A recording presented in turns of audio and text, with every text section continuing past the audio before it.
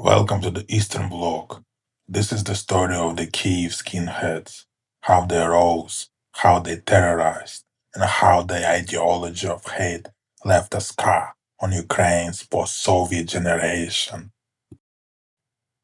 Behind the nationalist slogans and shaved heads lay a brutal reality. Young men turned to neo-Nazism, racial violence, and organized hate crime. Africans, Asians, and Middle Eastern immigrants were beaten, stabbed, and even killed, often in public, sometimes ignored by the very police meant to protect them. The first mention of Kiev skinheads dates back to 1999, when a group of young men clashed violently with local hippies in central Kiev. One person was killed, the first victim of what would later become Ukraine's skinhead movement. Unlike working-class skinheads in Britain, many early Kiev skins came from wealthy families. By the mid-1990s, many skinhead groups appeared in Ukraine. Kiev's first major skinhead band, Bulldog, formed in 1994 and attracted aggressive youth through rock music with racist lyrics. By 1998, Kiev skinheads linked with international Blood and Honor network and organized neo-Nazi concerts in Kiev's Kiev Club. On April 13, 2002, a group of Kiev skinheads attacked a synagogue on Shota Rustaveli Street, injuring several people including their city's rabbi. One skinhead identified as the organizer and sentenced to 4 years in prison, the first conviction in independent Ukraine under the article for inciting ethnic and religious hatred. By 2004, Kiev counted around 300 skinheads, about 10 active gangs. Some leaders began forming political fronts. The Petrovsky Tigers launched plans for a national front, youth movement, maintaining ties with the far-right networks in Kharkiv, Mykolaiv, and Moscow. In the late 1990s and early 2000s, Ukrainian far-right parties, UNA, UNSO, Trident, and Svoboda, tried to recruit skinheads for street actions and rallies, but ideological divides ran deep. Kiev's largely Russian-speaking skins celebrated Great Rus, clashing with Western Ukrainian nationalists who rejected anything pro-Russian. Нігерієць Урав торгує дешевими кросівками на ринку Троєщина. Вже 12-й рік, але Києва майже не знає. Очень редко бываю на улице, только на рынке, потом дома.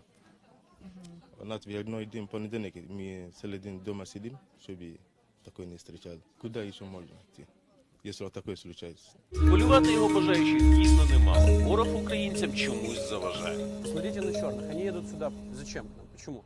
Потому что они просто паразитируют на теле белого народа. Нас сразу обвиняют в фашизме, нацизме или еще в чем-то. Я поддерживаю идеи нацизма, национал-социализма. Фашизм — это слишком лояльное проявление. Він скінхед із 3-річним стажем. Студент-заочник, ніде не працює. Починав із захоплення майнкампом. Тепер від теорії перейшов до практики. Чорношкірих бив не раз. Найважче, каже, вчасно зупинитися, аби до вбивства не дійшло. Бо це вже серйозна стаття. А за звичайну бійку максимум 3 дні світить. У нас это называется акция. Да, участвовал неоднократно.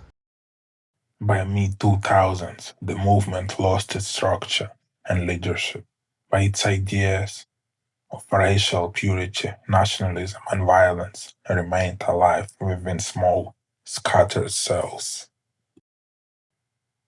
September 25, 2006.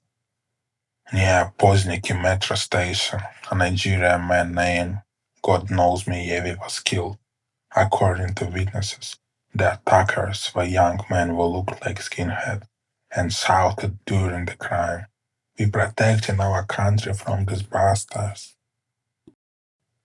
Skinheads were also involved in setting fire to the so-called African second-hand market near the Sulyavska metro station in Kiev. The market was nicknamed African because of the large number of black vendors. The fire started at 9:30 p.m. on Wednesday, after the market had already closed, so no one was injured. Firefighters arrived and managed to localize and extinguish the blaze within 15 minutes. About 100 square meters of trading space were destroyed. Троих студентов из Израиля окружили 15 мужчин в черном с закрытыми лицами. Пострадавшие рассказали, их оскорбляли, а потом начали избивать. У одного из потерпевших травмы головы, и теперь он, по словам друзей, напуган настолько, что о побоище боится рассказывать. Мухаммад Иса во время нападения физически не пострадал, но шокирован не меньше. Они сделали такой, как Гитлер, а потом они начали говорить, что Украина это только для украинских людей, не надо тут бить других человек или студенты. А потом они начали так. Единственное желание Нужидата – забрать документы из медицинского университета и уехать из Украины. Его скинхеды поймали в тот же день в другом районе. Но студенту удалось вырваться из рук нападавших. Я здесь уже 2 года, и в первый раз мне так страшно, что я не могу спать, есть, учиться. Это произошло рядом с университетом, и теперь я боюсь ходить на занятия. Пострадавшие обратились в общественную организацию «Международный конгресс по защите прав и свобод граждан ЩИТ». Здесь провели экстренное собрание и написали заявление в милицию. On March 3, 2005, an African-American U.S. diplomat was beaten. Robert Simmons stated that he was attacked by several dozen bold Ukrainian men dressed in camouflage and army boots.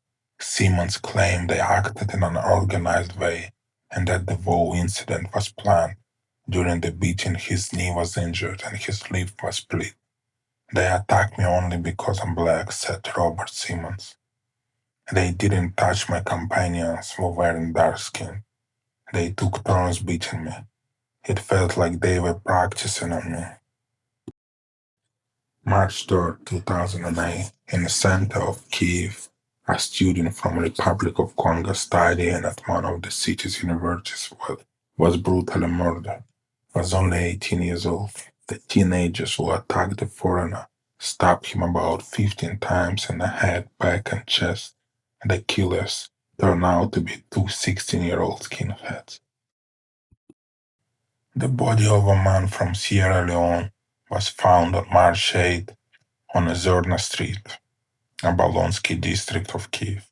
The corpse bore multiple stab wounds and a head injury. The murdered foreigner, born in 1968, lived with a Ukrainian woman and worked at one of Kiev's markets. According to one version, the murder was racially motivated.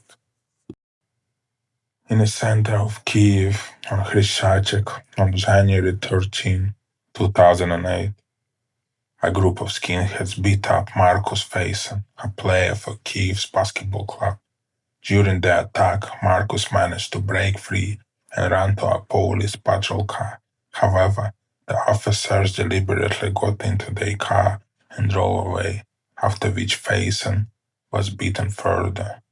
Later on the evening of March 8, skinheads beat up Brazilian footballer Clayton Barbosa right in front of his girlfriend. There's a few cases that made the international community aware of the large presence of skinheads in Ukraine and of their countless victims. From the mid-90s until the late 2010s, many people lost their lives to skinheads in Ukraine, although police mainly dismissed these actions as hooliganism. Как-то не по-европейски получилось. В киевском супермаркете покупатель из местных прилюдно унизил иностранца. Украинец, угрожая ударить, заставил съесть банан, намекая на происхождение и якобы неполноценность темнокожего парня. Прекратите это делать! Прекратите это делать! Быстрее! За кадром слышно возмущение одной из посетительниц магазина, требующей остановить издевательство. Но за иностранца, судя по всему, так никто и не вступился.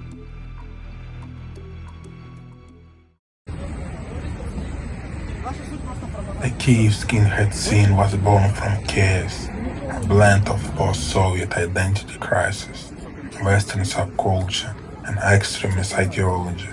By the 2000s, it had evolved into a violent underground, connecting music, politics, and hate, a reflection of Ukraine's turbulent transition years.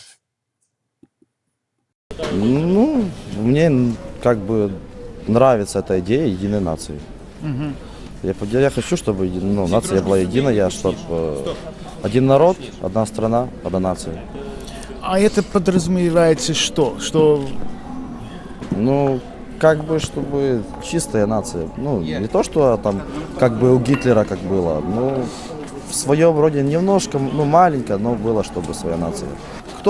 Кому нравится Россия, пусть едут в Россию. Украина будет только для украинцев.